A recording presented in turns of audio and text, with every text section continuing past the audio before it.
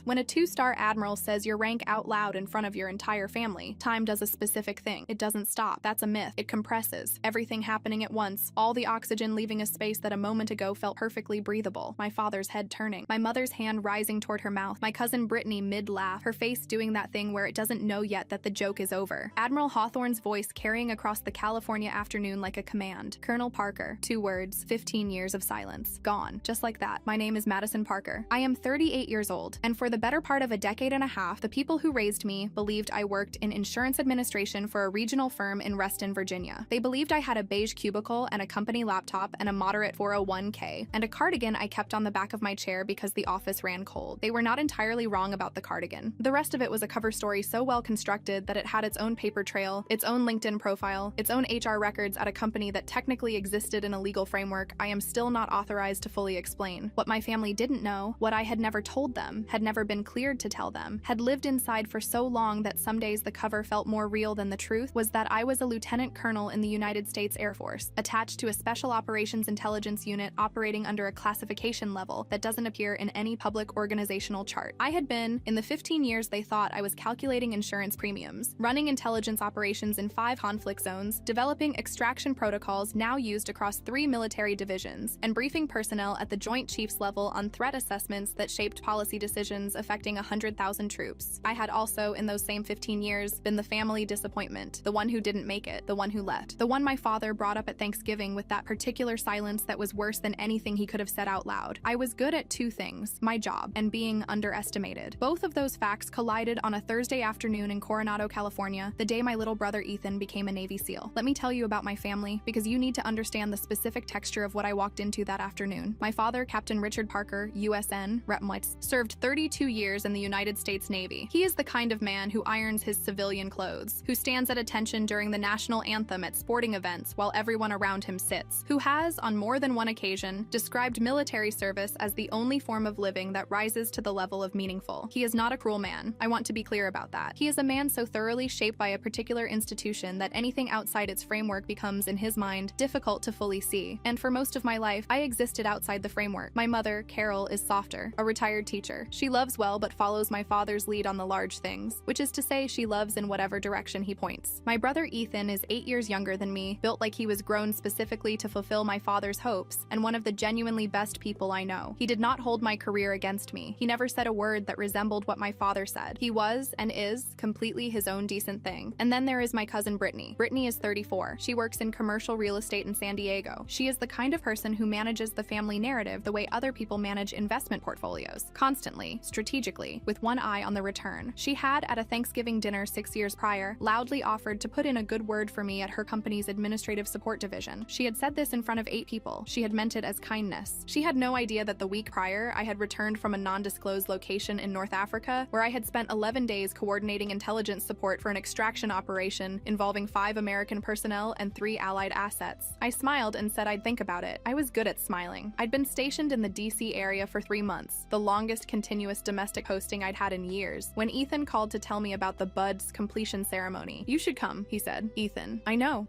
I want you there, Maddie, whatever the situation is." He didn't know the situation. He knew what everyone else knew, that I worked in insurance, that I'd left the Air Force Academy under circumstances I'd never fully explained, that something had happened that everyone had decided to interpret as failure. That interpretation was, in a technical sense, the cover story working exactly as designed. I had not left the academy. I had been recruited, mid-junior year, by a woman I will call Major Reyes, because that is not her name and she would not thank me for it, who had been monitoring academic and aptitude profiles across the service academies for candidates with a specific combination of abilities: languages, analytical precision, psychological stability under uncertainty, the ability to hold contradictory information simultaneously without resolving it prematurely. I apparently ranked very high on that last one. Major Reyes sat across from me in a conference room that did not appear on any campus map and offered me a choice: complete the academy, commission as a standard Air Force officer, proceed along a normal career trajectory, or step sideways, quietly, completely, permanently, until cleared otherwise. My father would be told I'd left voluntarily. There would be academic records supporting the story. There would be a paper trail suggesting I'd struggled, reassessed, made a mature decision to pursue civilian life. My father would believe I had failed. "For how long?" I asked. Major Reyes looked at me with the specific expression of someone who doesn't make estimates they can't support. "Until it's appropriate to say otherwise." I was 23 years old. I sat with that for 30 seconds. "Okay," I said. It was the most consequential word I ever spoke. And I said it in a room that doesn't exist, to a woman whose name I've never used out loud. I drove down to Coronado the morning of the ceremony. I had told myself I'd stay at the back. Civilian clothes, no rank insignia, obviously. I wasn't there in any official capacity. I was a sister, just a sister. I had a gray blazer and dark slacks and low heels, and I stood in the back row as the ceremony began, and I watched my brother walk to the front of a room full of the sharpest, most disciplined people the Navy produces, and I felt something loosen in my chest that I hadn't realized was knotted. He looked so much like my father, not in a painful way, in the way that a lineage makes itself visible, the same set of the jaw, the same quality of stillness when standing at attention. My father, in the front row in his dress uniform, was crying, though he would deny it. My mother had both hands pressed together against her lips. I didn't cry. I've been trained out of it in public spaces, which is its own kind of loss, but that's a different story. I watched Ethan receive his trident, and I thought, this is enough. Being here, unseen, knowing, this is enough. That was my mistake. I relaxed. I noticed Admiral Hawthorne on the platform about 40 minutes in, and my stomach did a specific thing that I can only describe as a door closing quietly in a house you thought was empty. Rear Admiral Thomas Hawthorne, 31 years of service, current assignment, Joint Special Operations Command. I had worked with him on 3 operations, 2 in the Gulf region, 1 in a location I will not specify. He was precise, brilliant, and had a memory for faces that was essentially architectural. He did not forget people. He would not forget me. His eyes swept the crowd the way a sensor sweeps a perimeter, methodical, complete. They passed me and moved on, stopped, snapped back. I gave him the smallest headshake I could manage, barely a movement, a millimeter of please, not here. He held my gaze for 1 beat, nodded once. I breathed. I was not safe. I know that now. Admiral Hawthorne respects covers. He would not have blown mine deliberately. But what he didn't know, what I had no way to signal to him across a crowded ceremony room with a single millimeter of headshake, was the specific geography of the social situation I was standing in. He didn't know my father was in the front row. He didn't know the 15-year story my family had built around my absence. He didn't know that the space between us was packed with people who believed I sold insurance. He thought he was being careful. The ceremony ended. Families surged. The crowd pushed forward in that particular way of joyful, undisciplined groups, and I was suddenly not in the back row anymore. I was 3 feet from my family. My father saw me first. "Maddie's here," he said to my mother. Flat, factual, the tone he used for minor inconveniences. Traffic, a delayed flight, the daughter who didn't make it. My mother offered a thin smile. "We saved you a seat up front, but we assumed you weren't coming." A pause, deployed with precision. "Ethan's schedule has been so demanding. Some of us made it a priority." I said nothing. I had a policy about responding to those particular darts, the ones she threw without technically throwing them. You can't extract a dart that was never there. Then Brittany materialized on my left. "Oh, wow, you actually came." She looked at my blazer the way you look at furniture from a lesser store. "Love the blazer. Very insurance company." She laughed. I smiled. Muscle memory. And then the crowd parted. I want to try to describe what it looked like. Admiral Hawthorne walking toward me, because it happened in the particular slow motion way that your brain imposes on things it recognizes as irreversible. He was moving with purpose. Commander Rachel Shaw, 22 years, currently JSOC intelligence liaison, the sharpest person I have worked with at that level of operation, was beside him. Her presence alone should have told me how exposed I was about to be, because Shaw remembered everything and processed it at a speed that made most people feel slow. My spine straightened before my brain gave the instruction. 15 years of muscle memory. You do not slouch when a rear admiral moves in your direction with intention. Your body just does the right thing. My chin came up. My shoulders dropped back. My feet moved to shoulder width. The blazer suddenly felt very thin. There was nowhere to go. Colonel Parker, his voice hit the air like a gavel on a bench. Not loud. He didn't need volume. Just that particular command register that fills a space regardless of its size. The circle went silent. I mean completely silent. Not the gradual quieting of a crowd. The instantaneous silence of people who have heard something that doesn't compute and need a moment to process whether it was real. "Admiral Hawthorne," I said. "Steady." I was proud of steady. "Good to see you, sir. Didn't expect to see you here." He said it conversationally, the way you'd say it to a colleague at an unexpected conference. He was, as I said, trying to be careful. He thought here was just a seal ceremony. He did not know here was a 15-year wound he was standing directly inside of. "Last time was the Gulf operation. Your intelligence work saved a lot of lives that week." My mother's hand flew to her mouth. My father made a sound I had never heard from him. Not words, just a sound. A small, involuntary thing, like a hinge that hasn't been moved in years, suddenly asked to turn. Commander Shaw stepped forward. Professional, warm, completely unstoppable. Colonel Parker, hand extended, voice carrying, because Shaw's voice always carried. "Your extraction protocols are running in 3 divisions now. The Annapolis revision was textbook work. There was a word my family had been using to describe me for 15 years. Failure. It turned to ash in about 4 seconds flat. Hawthorne finally looked at the people around me. His brain did what brains like his do. Assembled the data. My father's Navy dress uniform, my mother's expression, the family configuration, the way everyone was staring at me. He looked at my father's insignia. "Captain Parker," he said, with the genuine respect of one senior officer acknowledging another. Then he looked at me. And for the first time, I watched Thomas Hawthorne Hawthorne, a man I had seen stay completely composed during an active fire intelligence crisis at 2 in the morning, realized he had walked into something he didn't have the full picture on. "They don't know," he said. It wasn't accusation. It was the quiet, precise question of a man recalibrating. Before I could answer, my father spoke. His voice was very controlled. The control of a man holding something very large, very carefully. "There must be some mistake. Madison left the academy. She works in insurance." Admiral Hawthorne, to his permanent credit, did not hesitate. He did not soften it or redirect it or try to walk it back. He just said it, the way you say a fact that is simply true. "Air Force, not Navy, and at a rank that reflects 15 years of exceptional service in special operations." He paused for precisely one beat. "The insurance job is a standard cover story." My father's face did something I had never seen it do in my entire life. It crumbled, not dramatically. He didn't cry, he didn't collapse, but the architecture of it, that particular load-bearing certainty he wore the way other people wear their skin, shifted, moved, came apart at joints I hadn't known were structural. He looked 68 years old in a way he had never looked before. I want to tell you I felt vindicated in that moment. I did not feel vindicated. I felt like I was watching my father find out that a thing he'd believed for 15 years was wrong, and that the wrongness wasn't small, and that he had no framework for what to do with that information. And despite everything, despite every silent thanksgiving, every flat tone, every absence of "I'm proud of you," watching that happen to him felt like something I would have prevented if I could have. I couldn't, so I stood there, and I let it land. "What is your clearance level?" my father asked. His voice had dropped to barely a whisper. I had never heard my father whisper. "Higher than I can name here," I said. Brittany opened her mouth, closed it, opened it again. "So you're not in admin?" "No," I said simply. "I'm not." Admiral Hawthorne shook my hand, a full, formal handshake, the kind that means something in the context we shared. "I'll see you at the Joint Chiefs briefing next month, Colonel." He held my gaze for one additional beat, an apology in his eyes, which he would never say aloud because men like Hawthorne don't apologize in public. But it was there. "Carry on." He walked away without looking back. Commander Shaw gave me a small nod, professional, clean, and then it was just us. My father, my mother, Ethan with his brand new trident, and an expression on his face that told me he was going to have a lot of questions later. All of them asked quietly, all of them genuine. Brittany, whose Instagram existed in a different world now, a world where she had publicly positioned herself as the carrier of our family's military legacy, at precisely the same moment it turned out I had been living that legacy in classified locations for 15 years. Her face had gone the color of old paper. I looked at her. I thought about the Thanksgiving 6 years ago. The admin job offer delivered in front of 8 people, in the warm, generous tone of someone doing a favor for someone they felt sorry for. I had just returned from 11 days in North Africa. I had smiled and said I'd think about it. I thought about it now. My father straightened. It was a physical thing. I watched it happen. Whatever had crumpled came back up, reconfigured itself into something new, something that didn't quite have the same shape as before but was trying to stand at the same height. He adjusted his jacket, the old gesture, the one I'd watched him do 10,000 times. He extended his hand. "Colonel Parker," he said, "first time in my life." My rank from his mouth for the first time in my life. My throat did something. I controlled it. I shook his hand. "Firm. Equal." "Dad," I said. He nodded once. His jaw was working. He had more to say and no language for it yet, and we were standing in a crowd of Navy families and new SEALs, and this was not the place to find the language. That conversation was going to happen. I knew that. I didn't know yet what shape it would take. I looked at Brittany one more time, the woman she'd offered an admin job to, in front of 8 people, warmly, generously, from the height of someone doing a charity, had briefed the Joint Chiefs of Staff 11 days ago. I didn't say that. I didn't need to. I turned and walked out into the California sun. Here is what I can tell you about what happened in the weeks after. My father called me 4 days later. We talked for 2 hours and 14 minutes. I know because I was sitting in my car in a parking garage in Alexandria, Virginia, and I watched the timer on my phone's screen. He did not apologize the way people apologize in movies. He did not have a single clean moment of reckoning. He did it the way real people do it, imperfectly, circling, saying things that were right and then retreating into old habits and then coming back around to something better. He asked questions about the work, real questions, specific ones, the way a military man asks about an operation. He wanted to understand what I'd actually been doing. I told him what I could, which is more than nothing. At one point he said, "I should have known better than to assume the story was the whole story." I sat with that. "You believed what you were given," I said. "That's what a good cover does." I didn't look hard enough. I didn't argue. He wasn't wrong. But I also knew that the cover was designed to hold against people who looked. That was the point. My silence had made his ignorance possible, and whatever blame lived in that was distributed across more people than just him. What I didn't say, what I'm still not sure I'll ever say, is that the hardest part was never the work. The work I could do. The work made sense, had structure, had purpose. The hardest part was sitting at holiday dinner tables for 15 years, watching my father talk about military service like it was the only thing that counted, and knowing that I could not hand him the one piece of evidence that would have changed his view of me. That was the cost. I knew it when I signed. I paid it. I would pay it again. Brittany texted me 2 weeks after the ceremony. A long message. She'd clearly written it several times. You could see the layering in it, the paragraphs that had been edited for tone. She said she felt terrible about the admin job thing. She said she'd been embarrassed since the ceremony. She said she hoped I knew she'd always respected me. I read it twice. She'd always respected me. I thought about 15 years of family gatherings, the thin smiles, the loaded pauses, the Instagram posts about our family's military legacy that she'd authored and curated and positioned herself at the center of. I thought about the specific social work she had done over the years to be seen as the one who carried the family forward, with me as the cautionary background detail that made her look better by comparison. I wrote back, "Thanks, Brittany. I know you mean well." I meant it, mostly. I meant the second sentence. She's not a villain. She's just a person who built a self-image on a foundation that turned out to be made of sand. That's its own kind of consequence. She has to live in the family story now, knowing what she knows, knowing what everyone else knows. That's enough. Ethan and I talked the night after the ceremony. We sat in the parking lot of a taco place in Coronado for 3 hours, and he asked me everything he'd ever wanted to ask, in the quiet, direct way that is distinctly Ethan. He wasn't hurt. He was, I want to say this carefully, awed. Not by the rank or the operations, by the duration of it, by the carrying of a secret that size for that long. "Weren't you lonely?" he asked. I thought about that. "Sometimes," I said, "but loneliness is different when it's purposeful. It's a cost you've agreed to. That's different from loneliness that just happens to you." He chewed on that. "I'm glad you came," he said finally. "I'm glad you called," I said. We hugged in the parking lot in a way that we haven't hugged since he was about 12, which is the last time either of us was unself-conscious about it. I don't know what the next 15 years look like. I don't know how much I'll be able to tell them. My assignment hasn't changed. My work is what it is. But something has shifted in the shape of things. Something that was carrying a weight it didn't know it was carrying has been set down. Just the small weight of being seen, at least partially, by the people who should have been able to see you all along. I want to say one thing about covers, because I've been living inside them for a long time, and I think about this. A cover works because it relies on what people are already inclined to believe. Lydia's plan, in a different story, would have worked because everyone around her was inclined to believe her narrative. My cover worked because my family was inclined to believe I'd failed. The story of the disappointing daughter required no maintenance beyond their own expectations. They did the work of believing it because it confirmed something they already suspected. The thing about that is, it tells you more about the believer than the cover. My father spent 15 years mourning a version of me that never existed, because that version was easier to hold than the truth. The truth required him to account for a daughter who had chosen something he didn't know about, who had operated at a level that, and this is the part he's still working through, equaled and in some ways exceeded what he'd built in 32 years of distinguished service. That's not a comfortable thing to absorb. I don't hold it against him that it's taking time. I hold time, generally, with some patience. 15 years of intelligence work will do that to you. 6 weeks after the ceremony, I was back in a building I cannot name, in a meeting I cannot describe, with people I cannot identify publicly, when my phone buzzed with a text from my father. It was a photo. No text, just a photo. Him, in his dress uniform, standing with my mother and Ethan and his new trident, and on the other side of Ethan, in my gray blazer, me. Someone had taken it at the ceremony, in the immediate aftermath, in the brief window before I'd walked out into the sun. I'm looking at the camera. I don't remember that happening. I look, in the photo, like someone who has been found after a long time in a place that didn't have a name. My father had made it his phone wallpaper. That was the whole text, just the photo. I sat in that meeting, in that building that doesn't exist, with people I can't name, and I held my phone under the table for a moment and let myself feel what that was. Then I put the phone face down and went back to work. Some covers take 15 years to blow. Some things take longer to heal. Both are worth every single day.